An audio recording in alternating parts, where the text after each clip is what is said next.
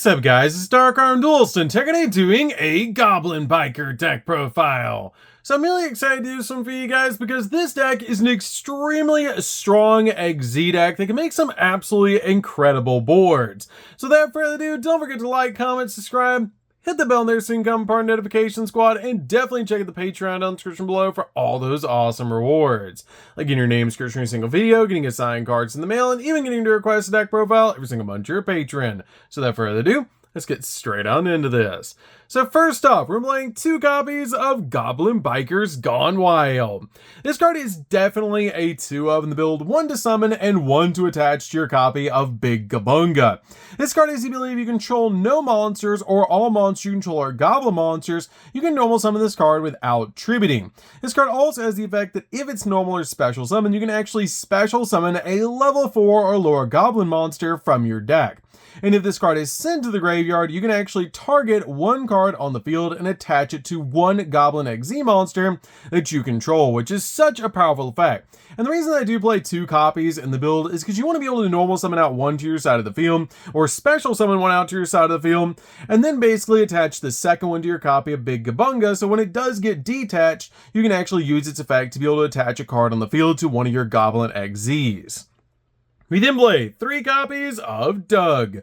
Doug is an amazing 3-of in the deck as well, because this card has the ability, if this card is in your hand, you can detach a material from a monster on either player's field, and if you do, special summon this card. And if this card is normal or special summon, you get to add a Goblin Biker spell or trap from your deck to your hand, which is an awesome effect to instantly grab the exact card that you need off this card's effect. We then play 2 copies of Clattersploder. Clattersploder is really good as a 2-of in the build because this card has the ability if it's normal or special summon, you can target a goblin monster in your graveyard and special summon it, helping you get an additional monster out on your side of the field so you can go in for your XZ plays. This card is also a great extender because during your opponent's main phase, if it's in your graveyard, quick effect, you can detach an XZ material from a monster on either player's field, and if you use special summon this card but banish when it leaves the field. We then play a single copy of Mean Merciless. Mean Merciless is really cool because this card is actually a fiend monster that you can summon out to your side of the field off of Tour Guide, but this card is a great effect that if this card is normal or special summon, you can special summon a goblin monster from your hand. Also, during your main phase, if this card's in the graveyard, you can detach a material from a monster on either player's field, and if you do, special summon this card but banish when it leaves the field, just helping you detach XZ materials and also get this monster back to the field.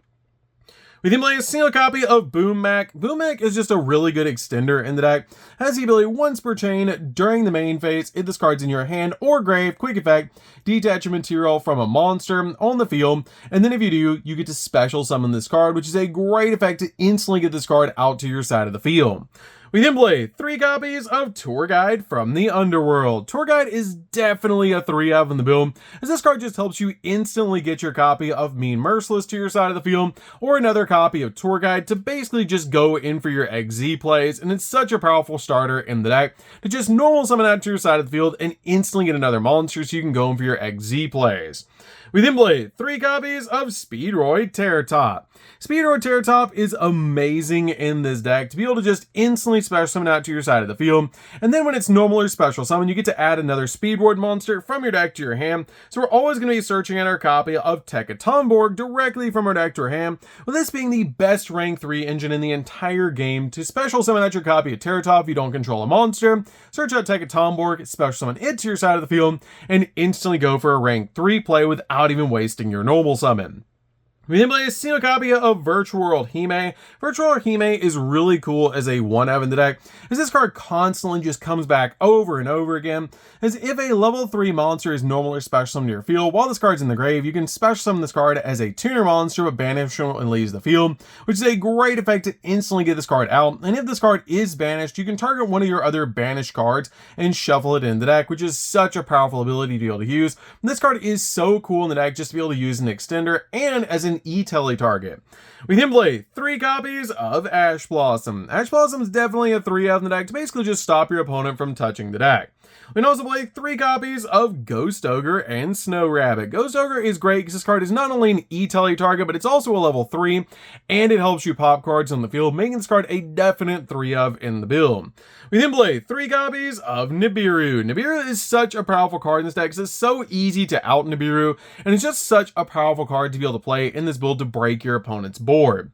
So, that's it for the monsters, guys. Let's get into the spells.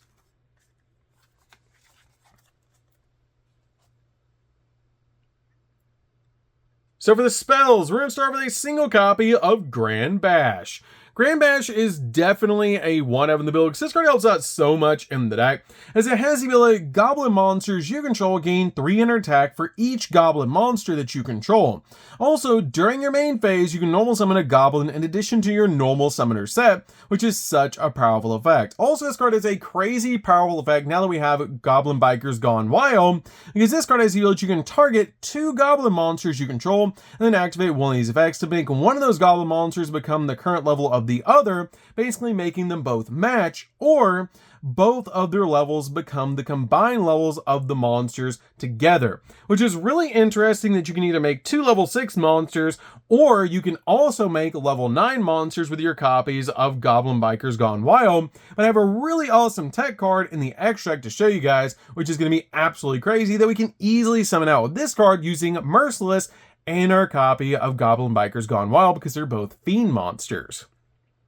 We then play 3 copies of Goblin Biker Grand Entrance. Grand Entrance is basically Rhoda for the deck, instantly grabbing the exact card that you need, as this card lets you add a Goblin monster from your deck to your hand. Then you can apply the following effects to detach an XZ material from a monster on either player's field, and if you do, special summon a level 4 or lower Goblin monster from your hand, which is such a powerful effect. You can also banish this card from the graveyard, and then detach a material from a monster on either player's field, and then you can add a Goblin monster from your graveyard to your hand, which is a really powerful effect.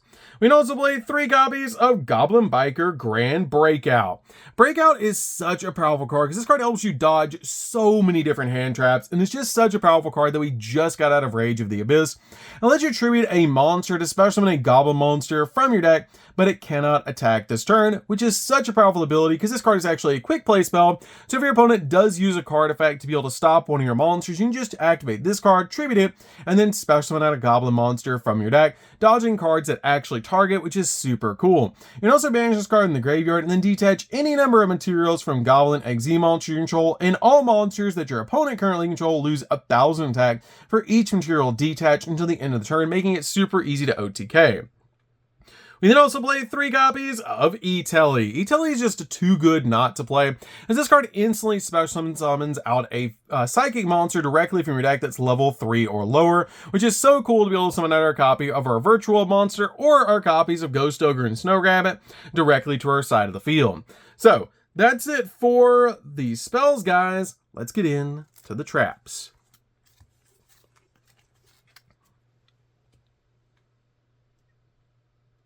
So for the traps, we're going to start with a single copy of Grand Pileup. Grand Pileup is great in the deck as a 1-of because this card lets you target an XZ monster you control and special summon a Goblin XZ monster from your extract by using that target as a material, and if you do, attach this card to it as a material, which is a great effect to help us go in for Crazy Beast during our opponent's turn. This card is so powerful in the deck and just a really good 1-of overall. We then play a single copy of Full Armored XZ. Full Armored XZ is really cool in the deck to be able to use with our Armored XZ package, so we can go for Dark Knight Lancer. We then play 3 copies of Infinite Impermanence. Infinite Impermanence is such a powerful trap to be able to play in the deck to basically just stop your opponent's monster effects and also lock down entire columns of spells and traps. So that's it for the main deck, guys. Let's get into the extra deck. So for the extra deck, we're going to start off with Big Gabunga.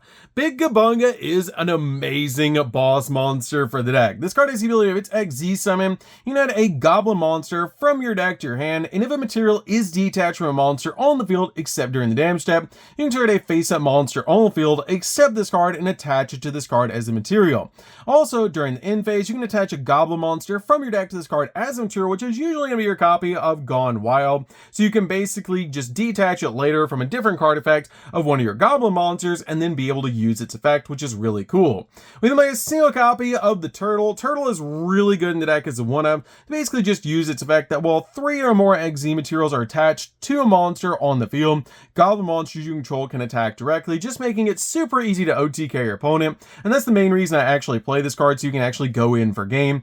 Also, once per turn, if a monster is normal or special summoned while this card is in the monster zone, you can target one of those monsters and detach a material from a monster on either player's field and do change the targeted monster's battle position. And once per turn, when an opponent's monster declares an attack, you can detach a material from a monster on either player's field, and if you do negate the attack, just giving you a little bit of protection for attack and battle positions. We then play a single copy of Goblin's Crazy Beast. Crazy Beast is really cool in the deck as a 1-of because once per turn, quick effect, you can actually target a spell or trap on the field, detach 2 materials from a monster on the field, and if you do, attach that target to this card as material. And if a monster you control would be destroyed by card effect, you can actually detach a material from this card instead, and if this card's in the graveyard, you can special summon this card, then you attach a Goblin monster from your graveyard to this card as a material, which you only use that effect once per duel. We then play a single copy of Break Sword so we can pop cards on the field. This card is really important for the deck.